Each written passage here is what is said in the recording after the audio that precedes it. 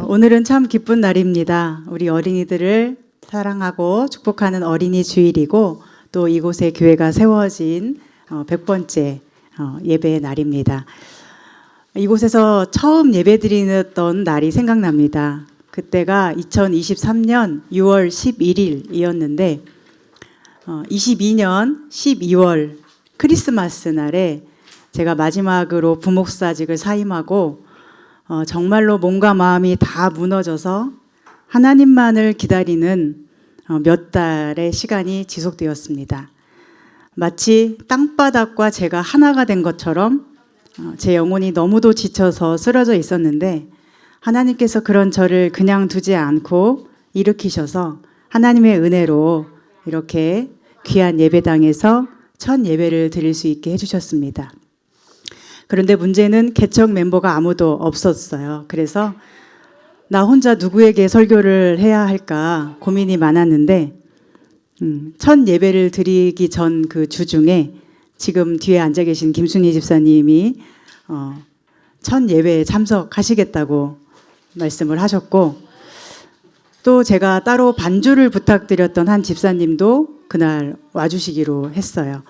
그래서 개척 멤버는 아니지만 그렇게라도 첫 예배에 자리를 채워주는 두 사람 덕분에 나 혼자서 허공에 대고 설교하진 않겠구나 다행으로 여기며 예배를 준비했습니다.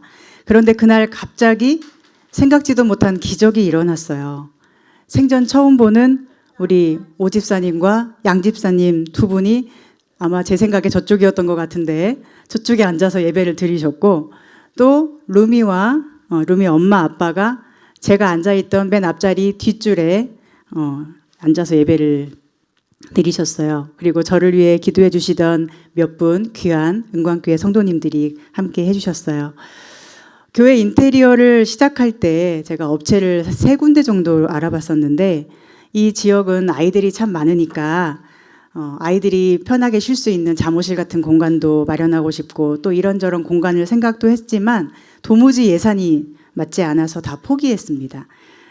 아예 인테리어 자체를 시작할 수 없었는데 그래도 한 업체가 최대한 맞춰서 해보겠다고 해서 모든 생각을 내려놓고 그냥 벽 세워서 공간만 최소한으로 나누고 또 식사를 같이 한다는 것은 어차피 멤버도 없고 또 상상할 수도 없는 일이었기 때문에 간단히 차 한 잔이라도 마실 수 있도록 작은 싱크대는 하나 놔야겠다 해서 싱크대가 지금 마련돼 있고 의자는 아무리 개척교회이지만 작은 공간이지만 쉽게 대하면 안 되고 하나님께 경건함이 중요하다고 생각해서 방법을 모색하다가 그 인테리어 업체가 직접 제작을 해주기로 해서 그렇게 의자도 마련을 했습니다. 그렇게 아주 최소한의 비용으로 인테리어를 했기 때문에 첫 예배 때 아이가 들어오는 순간 참 미안해지더라고요.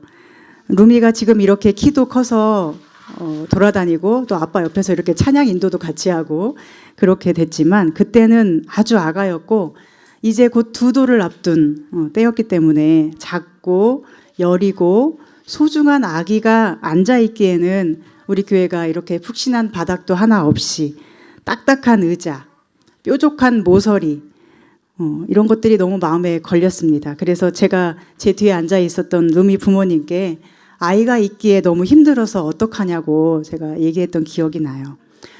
그런데 다행스럽게도 우리 루미가 교회를 좋아해주고 또 목사님 보고 싶다고 이렇게 말해주고 해주어서 벌써 2년째 이렇게 한 공간에서 예배를 드립니다.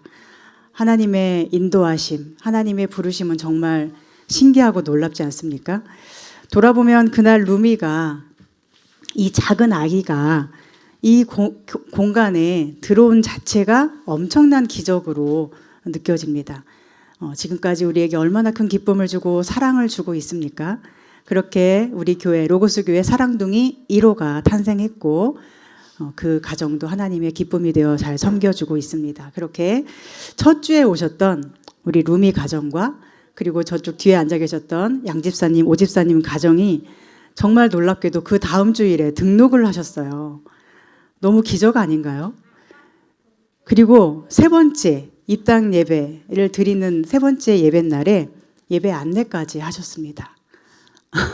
개척 멤버도 없었는데 예배 안내까지 하시는 분들이 첫 주부터 오셨다는 거죠. 이것도 기적인데 이제 3주째 되는 6월 25일에 우리 예나가 엄마와 함께 교회에 왔어요.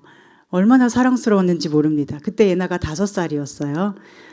근데 이따 오후에는 입당 예배가 있으니까 엄마랑 그때도 같이 와 라고 우리가 다 얘기를 했더니 정말로 엄마와 함께 오후에 입당 감사 예배를 왔죠. 그렇죠.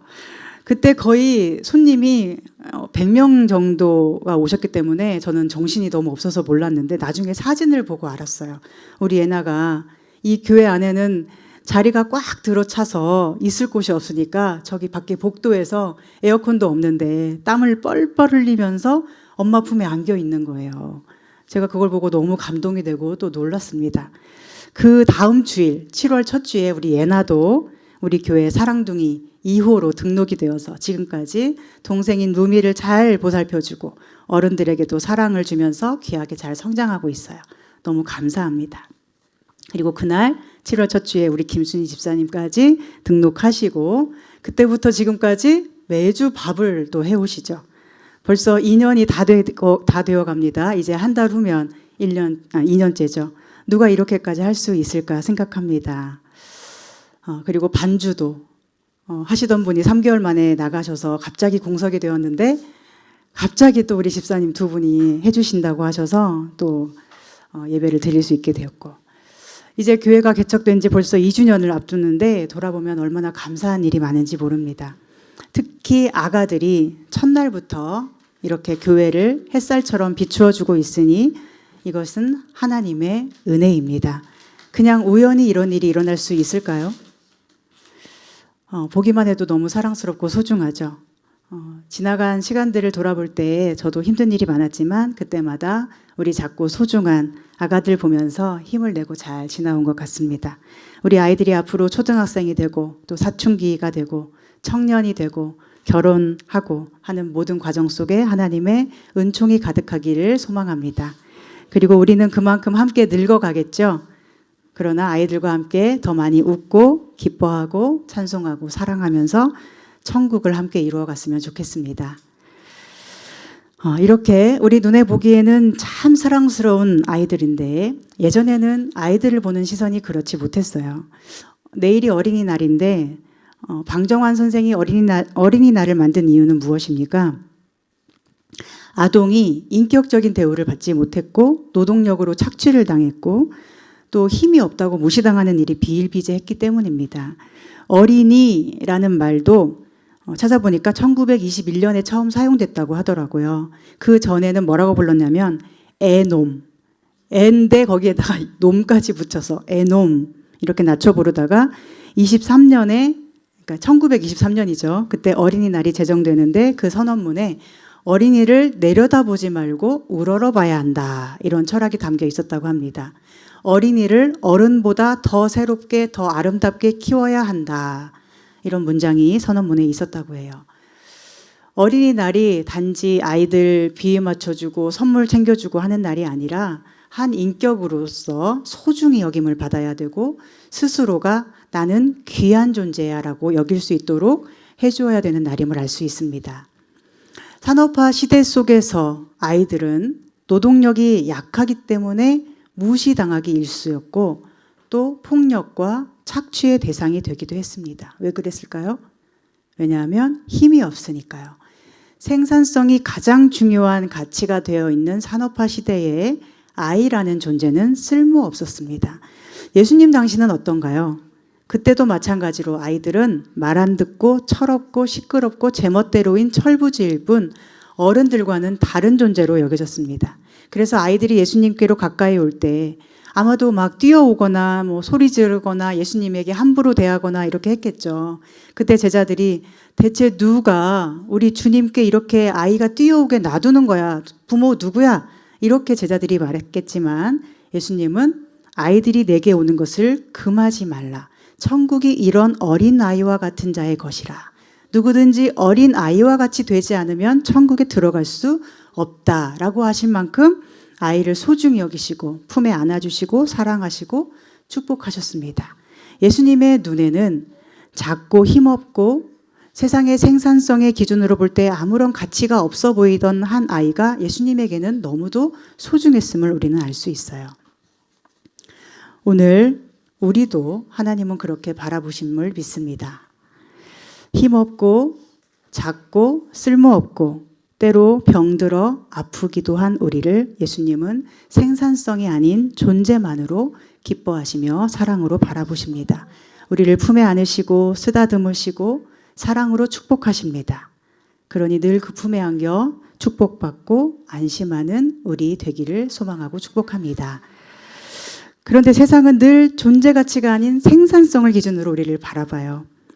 여러분 오은영 박사 다 아시죠? 그 오은영 박사가 요즘 사람들이 아이를 낳지 않는 이유를 이렇게 분석한 영상을 잠깐 봤습니다. 예전에는 아이를 생산재로 봤기 때문에 이 아이가 어렸을 때는 좀 키우기 힘들어도 자라나면 집안일도 돕고 농사일도 돕고 일손의 보탬이 되니까 많이 낳을수록 재산이 되니까 길렀다는 거예요. 그러나 요즘에는 아이들이 생산재가 아니고 소비재라는 거예요. 계속 소비해도 생산성이 없다는 거예요. 예전에는 아이들 키워놓으면 자기 앞가림도 할 뿐 아니라 부모 봉양까지도 했는데 요즘은 부모 봉양까지는 꿈도 못 꾸고 자기 앞가림만 잘해도 좋겠다. 여기는 세상이 되었지 않습니까? 부모 세대인, 그러니까 요즘에 그 부모 세대인 자신들 또한 자기 부모들에게 소비적인 존재였기 때문에 자기들이 이제 이 아기들을 위해서 계속 소비해야만 하는 것이 두려워서 아이를 못 낳는 것 같다고 분석을 하더라고요. 참 슬픈 현실이죠. 사람을 생산성 기준으로 본다는 게 얼마나 가슴 아픕니까? 그리고 얼마나 비성경적입니까? 우리 로고스 교회 집사님들은 그렇지 않기에 이렇게 예쁘고 사랑스러운 아이들을 낳고 키우고 애쓰고 헌신하니 참 감사한 일이죠. 그런데 아이를 그렇게 바라보는 것처럼 어쩌면 교회도 그렇게 바라보는 시선이 있는 것 같습니다. 교회가 생산성을 기준으로 자꾸 판단을 받는 것입니다. 생산성이라는 것은 내 삶의 보탬이 되는 방식을 찾는다는 거예요. 교회를 만약 소비재로 본다면 어떨까요? 소비재로 본다면 내 삶을 들여서 나를 헌신해서 내 시간과 물질과 노력을 또 마음을 다해서 섬기고 사랑할 수 있어야 됩니다. 그런데 많은 사람들이 내 삶에 어떤 도움이 되는 교회를 찾고 또는 내 자녀가 잘 적응할 수 있는 교회를 찾는 식으로 교회를 찾아요. 생산성을 기준으로 찾는 거죠.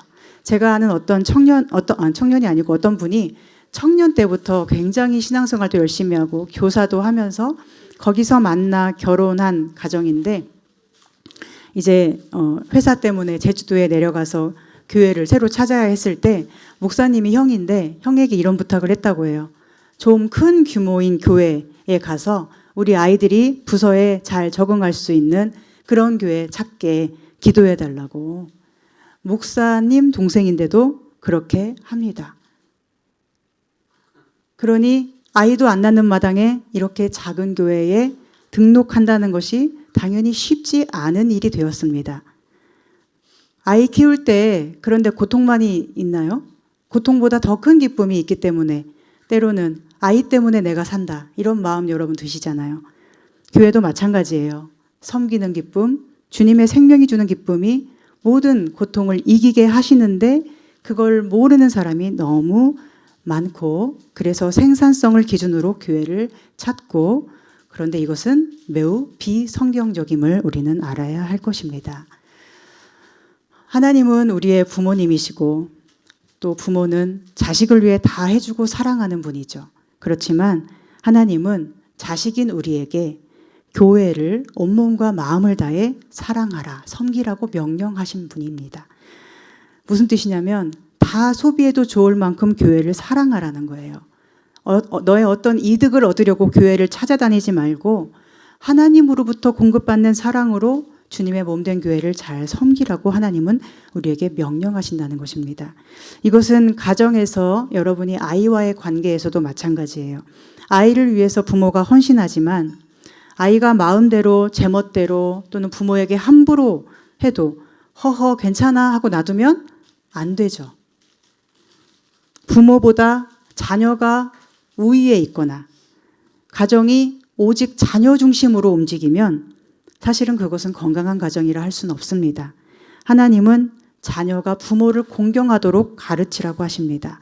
자녀가 나중에 커서 돈만 알고 엄마 아빠가 나에게 보탬이 되지 않을 때는 무시한다면 잘못 키운 것이죠. 아이가 너무 소중하지만 그 가정에서 주인이 되면 안 되는 것처럼 교회도 주님의 몸을 이루는 지체인 여러분 한 분 한 분이 너무 소중하지만 여러분이 교회의 주인이 될 수는 없지요. 교회의 주인은 예수 그리스도이십니다. 우리 교회가 벌써 100번째 예배를 드리는데 저는 첫날부터 함께한 여러분이 얼마나 소중하고 귀한지 몰라요. 마치 부모가 자식을 바라보는 것이 이런 것일까 하는 생각도 들 때가 있어요. 그렇게 저에게는 여러분이 한 분 한 분이 정말 귀중한 존재의 가치를 가집니다. 그러나 우리가 늘 교회의 주인이 누구인지는 기억하기를 바랍니다. 교회의 주인은 사람이 될 수 없고 언제나 예수 그리스도이십니다. 우리는 주님의 자녀로서 제자로서 주님을 마음 다해 힘을 다해 사랑할 책임이 있어요. 우리 중심에는 항상 예수님만이 자리 잡아야 합니다. 주님은 우리를 생산재로 보시지 않으시고 소비재와 같이 나를 위해 다 써주신 분이시잖아요. 나를 위해 온몸에 물과 피를 쏟으시고 목숨을 바쳐서 우리를 살리신 또 사랑하신 분입니다. 우리도 주님께 내가 할 수 있는 사랑을 드리고 주님의 몸된 교회를 생산재처럼 바라보지 않고 내 몸과 마음을 다 드려도 아깝지 않은 귀한 마음으로 섬기고 사랑할 수 있기를 소망합니다. 한편 교회는 우리에게 부모와 같으면서도 이중적이에요. 우리가 사랑하는 자녀와도 같다고 생각됩니다. 교회는 굉장히 이중적인 것 같아요. 물론 이미 오래되거나 커진 대형 교회들은 안 그럴 수도 있겠지만 우리 로고스 교회처럼 작은 개척교회는 지금 어린아이와 같이 힘이 별로 없잖아요. 주님께서 가장 큰 계명을 가르쳐 주시면서 하신 말씀이 있어요. 주 너의 하나님을 마음을 다해 힘을 다해 뜻을 다해 목숨을 다해 사랑하라. 그런데 여러분 사람들이 목숨을 다해 사랑하는 존재는 누구입니까? 자식이죠. 자식을 위해서는 목숨까지 내줄 수 있는 게 부모 마음인데 주님은 목숨을 다해 나를 사랑하라. 바로 그 자식보다도 나를 더 사랑하라. 교회를 사랑하라. 너 자신을 들여 나를 섬겨라. 너를 온전한 제물로 바쳐라 하시는 거예요. 무슨 뜻이에요? 교회가 힘없다고 무시하지 말고 교회에서 뭐 없는 것 없을까 생각하지 말고 내 전부를 들여 사랑할 수 있는 자식이 있어서 감사한 것처럼 주님을 위해 주의 몸된 교회를 섬길 수 있음 자체가 은혜임을 알고 감사해야 한다는 것이죠. 로고스 교회가 참 작게 시작되고 늘 목숨이 위태로운 상황처럼 여기까지 왔습니다. 처음 시작될 때도 주의 몸된 교회를 소중히 여기고 사랑과 물질과 기도로 섬기신 많은 손길들이 있어서 저도 살아있고 교회도 여기까지 왔습니다. 지금 이 자리에 계신 분들 다 그런 존재들이에요. 그리고 앞으로도 100주가 아니라 100주년이 될 때까지 물론 그때 저와 여러분은 모두 이 세상에 있지 않겠지만은 그때까지 이 교회를 채우는 것은 주님을 위한 나의 작은 사랑, 자식을 사랑하듯이 아니 그보다 더 주님을 사랑하라는 하나님의 명령 앞에 복종하여 나를 드리는 귀한 믿음만이 이 교회를 가득히 채우길 소망합니다. 그 믿음 위에 성령께서 역사하시고 든든히 세워갈 것을 믿습니다. 또한 교회가 든든히 세워져 가듯이 여러분의 삶의 반석도 든든히 세워져서 우리에게 다가오는 마지막 날에 우리는 버려지거나 무너지지 않고 하나님이 주신 소망으로 굳건하여 영원히 은혜 안에 거할 수 있기를 소망하고 축복합니다. 특별히 오늘 말씀에 보면 예수님의 성장 이야기에 사랑스럽다는 문구가 있어요. 우리 함께 다시 읽어볼까요? 시작. 예수는 지혜와 키가 자라가며 하나님과 사람에게 더욱 사랑스러워 가시더라. 아멘. 오늘 말씀 제목은 무엇일까요? 네, 사랑스러워. 가요도 있죠. 머리부터 발끝까지 다 사랑스러워. 예수님이 지혜가 자라고 키가 자라고 그러면서 하나님에게도 사랑스럽고 사람에게도 사랑스러우셨대요. 예수님처럼 우리 아이들도 또 우리 모든 성도님들도 그렇게 사랑스러워져야 먼저 가시기를 소망합니다. 그런데 사랑스럽다는 것은 무엇일까요? 우리 아가들처럼 아주 어릴 때는 가장 사랑스럽고, 그래서 이런 얘기도 하잖아요. 너 그만 컸으면 좋겠어. 그런 게 사랑스러움일까요? 또 이제 아기가 태어나면 얼마나 사랑스럽겠어요? 그런데 초등학생 고학년만 돼도 이제 슬슬 반항을 시작하기도 하고, 사춘기가 되면은 이를 악물어야 사랑할 수 있기도 하고, 또 그때쯤 되면 엄마는 갱년기가 찾아와서 애랑 싸우죠. 갱년기가 이기냐, 사춘기가 이기냐, 갱년기가 이긴다. 이렇게 그런 것입니까? 나이가 들고 노화가 진행되고 근육은 점점 빠지고 지방은 늘어나고 시력을 잃어버리고 치아도 잃어버리고 다리에 힘은 풀려서 걸음걸이는 계속 느려지고 휘청이고, 그러면 사랑스럽지 않은 것인가요? 그러면 인간은 처음에는 사랑스러움에서 시작되었다가 계속 사랑스럽지 않음으로 나아가는 것인가요? 그렇다면 우리 모든 인간에게 소망이라는 것이 있는 것인가요? 너무 절망적이지 않습니까? 예수님이 사랑스러워 가신 것은 키도 커지고 잘생겨지고 똑부러지고 멋져졌다 이런 뜻입니까? 그렇지 않고 여기서 사랑스럽다는 것은 은혜를 입었다 이런 뜻입니다. 그런 단어예요. 그리고 이 단어는 언제 또 쓰였냐면 에스더가 죽으면 죽으리다 하고 왕 앞에 갈 때 왕이 에스더를 사랑스럽게 본 그 사랑과 일치합니다. 에스더가 누구보다 예뻐서 잘 치장돼서 사랑스러웠던 게 아니에요. 거기 쓰인 단어는 은혜입니다. 에스더가 왕 앞에 갈 때 뭘 합니까? 왕이 나를 어떻게 볼까? 나의 어떤 매력으로 왕의 마음을 사로잡아야 할 텐데, 그래야 우리 민족이 말살의 위기에서 건짐을 받을 텐데, 근데 나는 벌써 6개월 동안 왕에게 부름을 받지 못했는데 갑자기 나를 받아줄까? 합니까? 당시 그 왕은 잔인하기로 유명했다고 하죠.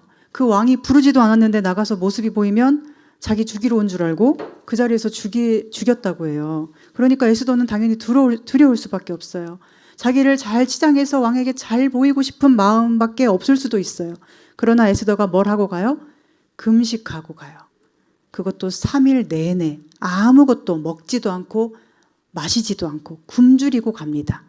우리가 몸에 어떤 검사만 하려고 해도 몇 시간 금식하는데 그것도 굉장히 힘들잖아요. 그런데 3일을 금식하니까 예뻐 보이기가 쉽진 않죠. 그런데 왕이 에스더를 볼 때 사랑스러웠다고 그래요. 그래서 부르지도 않았는데 갑자기 거기서 에스더가 오는 것을 허락해줘요. 금호를 내밀어서 가까이 오도록 해줘요. 여기서 알 수 있는 것은 뭐예요? 사랑스러움은 은혜를 입어야 가능하다는 거예요. 그 은혜는 내가 어떻게 하느냐에 달린 것이라기보다는 나를 사랑스럽게 봐주는 그 사람의 마음이 중요하다는 것입니다. 제가 여러분을 볼 때 우리 집사님 어떤 모습이어도 왜 이렇게 사랑스러운지요? 너무 사랑스러워 이런 마음으로 바라보면 여러분은 사랑을 받는 거죠. 그런데 제가 그렇지 않은 마음으로 여러분을 바라보면 사랑을 받지 못하는 거죠. 저도 마찬가지예요. 여러분 지금 앉아 계시지만 저를 볼 때 제가 강단에 서기만 해도 어떤 은혜의 말씀을 주실까 기대하며 사랑스러워하는 마음으로 바라보시면 여러분은 매주 예배를 통해 설교를 통해 은혜를 엄청나게 받으실 것입니다.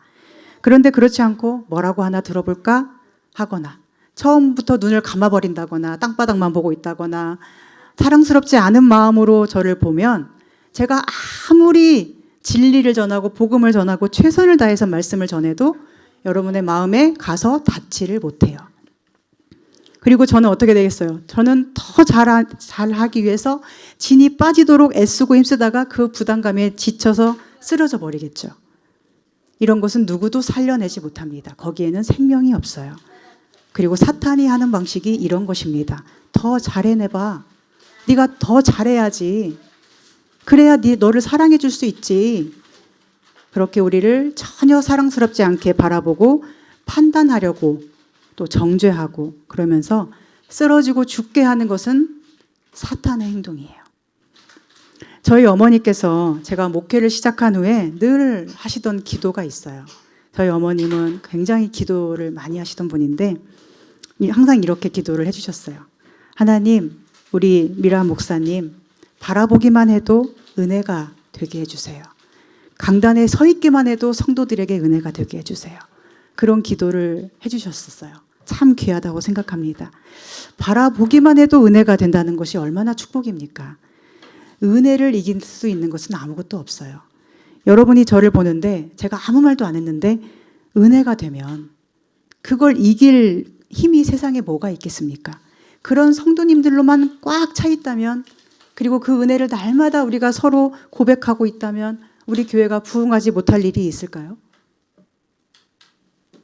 우리 자녀들이 바라보기만 해도 사랑스러운 그 하나님의 은혜를 입고 살면 이 아이의 앞길에는 거칠 것이 없는 것입니다.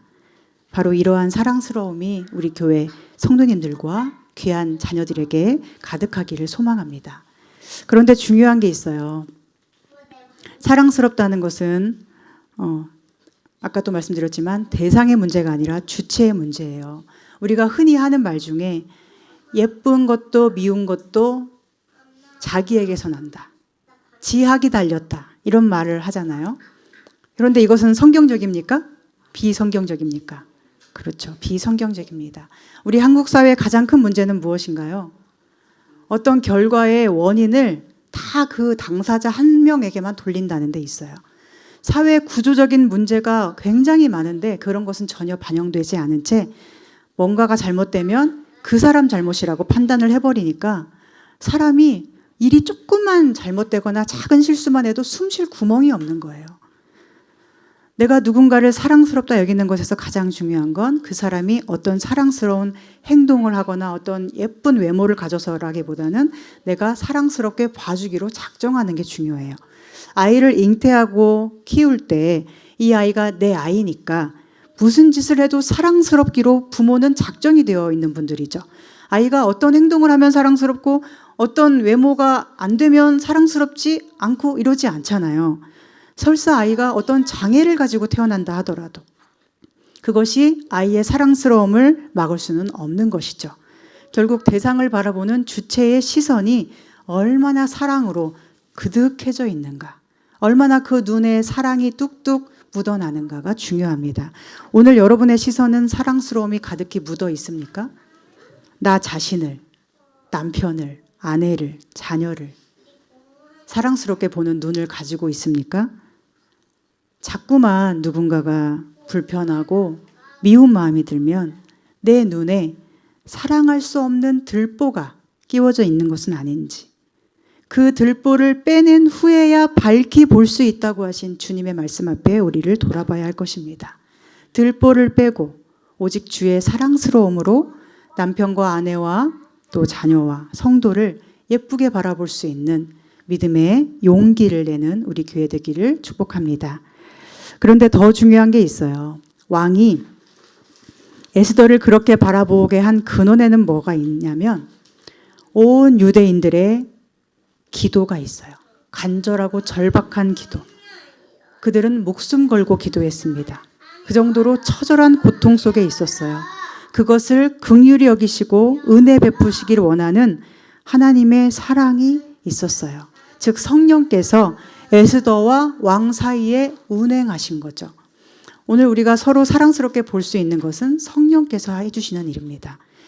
여러분이 저를 사랑스럽게 바라보고 강단에 서는 모습만 봐도 은혜가 되고 무슨 말씀을 전해 주실까 하는 기대감으로 바라볼 수 있는 것은 성령께서 여러분과 저 사이에 역사하셔야 가능한 일이에요. 제가 여러분을 바라볼 때 사랑스럽다 여기며 보기만 해도 흐뭇하고 웃음이 나고 감사하는 것도 성령께서 하시는 일이고요. 우리 자녀가 나중에 말 안 듣고 사춘기 되어서 속 썩여도 예쁘고 감사하고 사랑할 수 있는 것 노력으로 잘 안 되고 성령으로만 가능합니다. 성령은 우리를 하나로 묶으시는 사랑의 영이시고 아무리 죽음이 가득한 곳에도 생명을 불어넣어 주시는 분이기 때문에 성령이 역사하셔야 우리는 서로 사랑할 수 있고 또 자기를 사랑할 수 있어요. 나를 볼 때 난 너무 사랑스러워 말해줄 수 있는 것, 스스로에게. 또 너를 볼 때 사랑스러워 이렇게 바라볼 수 있는 것, 서로 예쁘게 볼 수 있는 것, 그냥 사랑하고 싶은 것, 다 성령님이 해주시는 일이에요. 점점 사랑스러워 가신 예수님처럼 우리가 사랑스러워져 가는 비결도 오직 은혜라는 것입니다. 은혜를 구하면서 살면 하나님의 은혜가 우리에게 임합니다. 때로 내가 나를 볼 때도 사랑스럽지 않다 여겨질 때도 있을 거예요. 그때는 언제냐면 세상의 기준에 따라, 세상 가치관에 따라 무너져 있는 때입니다.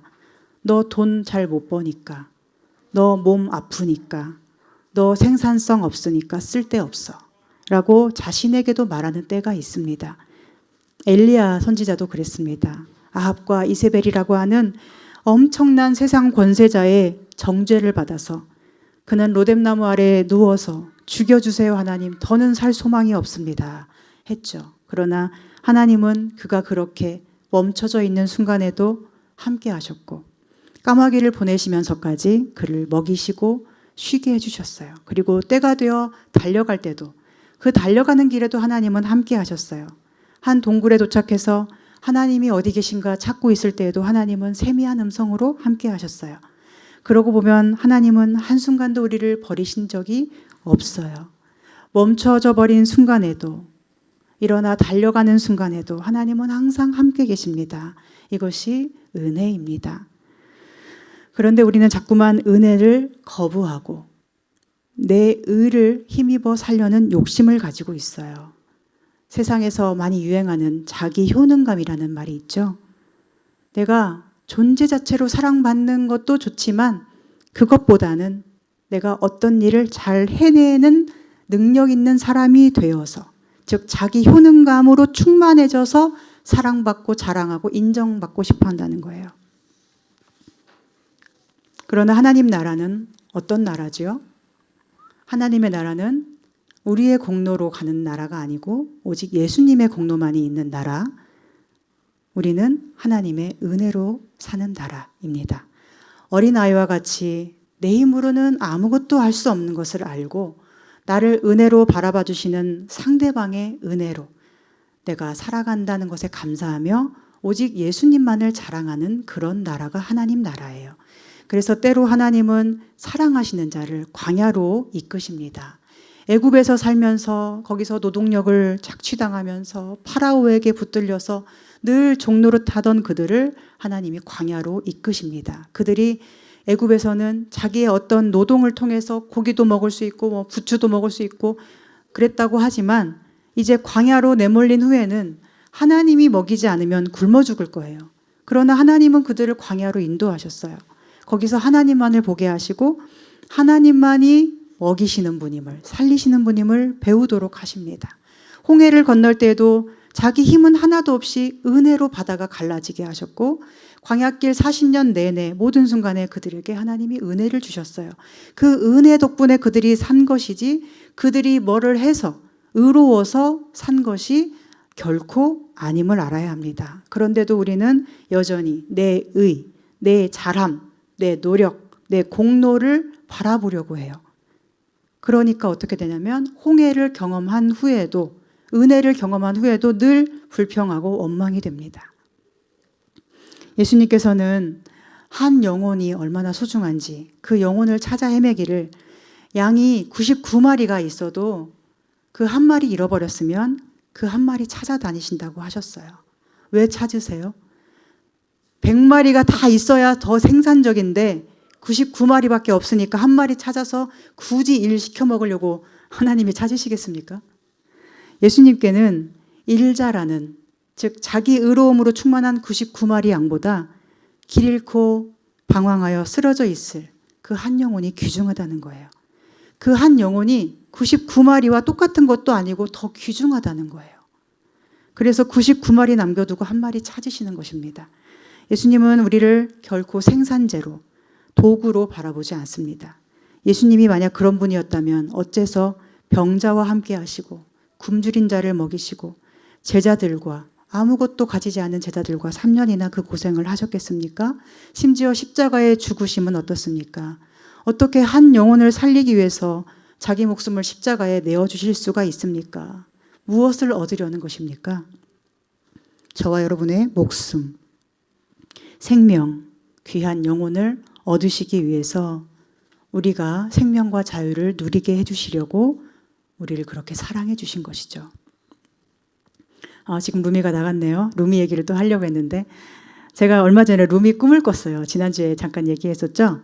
꿈에서 굉장히 제가 힘들게 돌아다니고 있었어요. 그런데 저기에 어떤 피 같은 것이 마치 폭포처럼 쏟아지는 거예요. 아마도 뭐 예수님의 보혈일 수도 있고 아니면 내가 뭐 엄청 열심히 했던 나의 피일 수도 있고 뭐 이런 생각을 해봤는데 그건 뭐 잘 모르겠고 굉장히 무서웠어요. 그런데 그때 갑자기 제가 누워 있는 곳이 있었는데 거기에 루미가 굴러 들어와서 제 품에 쏙 안기는 거예요. 제가 지금도 생생한 것은 그러니까 루미인지 아닌지 뭐 확실하진 않지만 아주 작은 존재였기 때문에 우리 교회에서 가장 작은 루미라고 제가 이제 생각을 해요.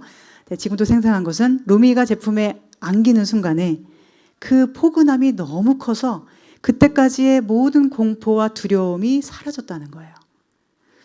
그때 깨달았어요. 이것이 천국이구나. 작고 어려서 세상의 눈으로는 아무것도 할 수 없는 이 귀한 영혼이 세상을 살리는 힘이 되는구나. 굴러 들어온 작은 천국, 굴러 들어온 작은 생명의 힘, 그것이 꿈에서도 저에게 큰 힘이 되었어요. 여러분, 생명이라는 것은 작고 소중한 거예요. 예수님은 우리에게 거듭나야 된다고 하시고 새롭게 태어나라고 하세요. 이것은 새 생명이 되라는 것인데 이것은 아주 작고 소중한 생명을 말해요. 그런데 우리가 이 작은 새 생명처럼 될 때 우리는 세상에 천국을 선물하는 사람이 된다는 것입니다. 그 작은 새 생명이 세상에서 빛이 되고 세상의 소금이 되는 것, 이것이 하나님의 일하심이에요. 우리가 비록 작고 부족해도 하나님은 우리를 빛으로 소금으로 부르셔서 썩어가는 세상을 썩지 않게 어두운 세상을 밝게 비추도록 하셨습니다. 그래서 예수님의 부르심 덕분에 우리는 지금 이미 빛이 되었고 소금이 되었어요. 믿으시나요? 그러니 우리는 어떻게 해야 되나요? 또 다른 어떤 나의 공로, 나의 의로움으로 나를 자꾸 증명하려는 삶을 내려놓고 오직 하나님이 나에게 주시는, 하나님이 이루시는 은혜를 바라는 삶을 살아야 합니다.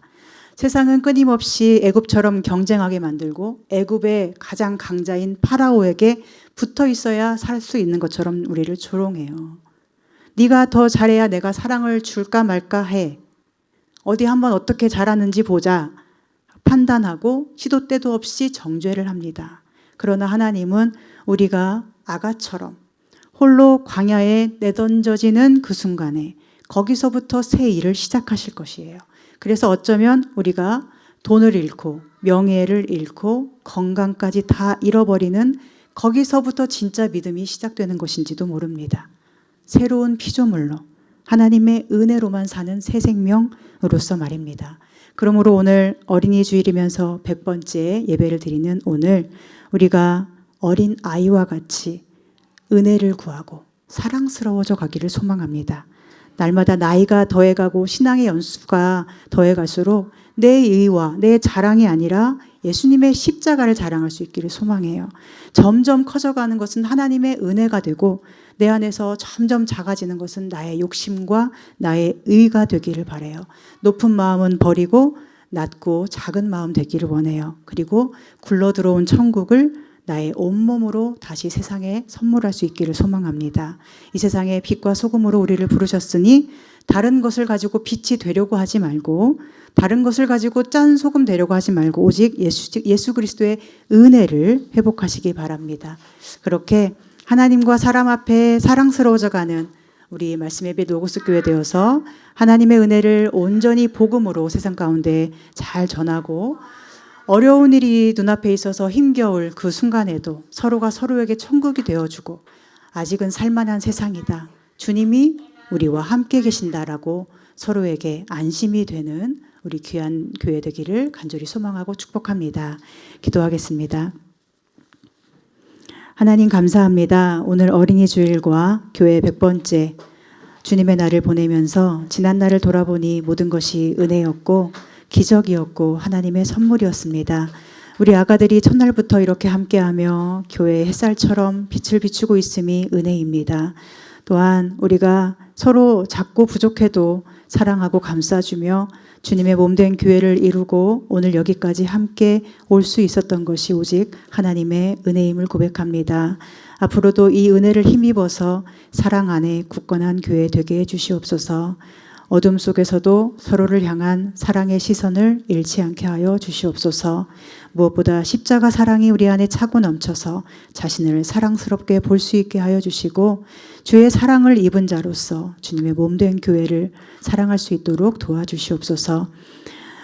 말씀의 빛 로고스 교회가 가야 할 길을 가장 잘 아시는 주님, 날마다 빛으로 비추어 인도하여 주시고 교회를 위해서 마음 다해 기도하는 사랑하는 주의 종들을 기억하여 주시고 그들이 걸어가는 모든 길에 항상 은혜를 베풀어 주시옵소서.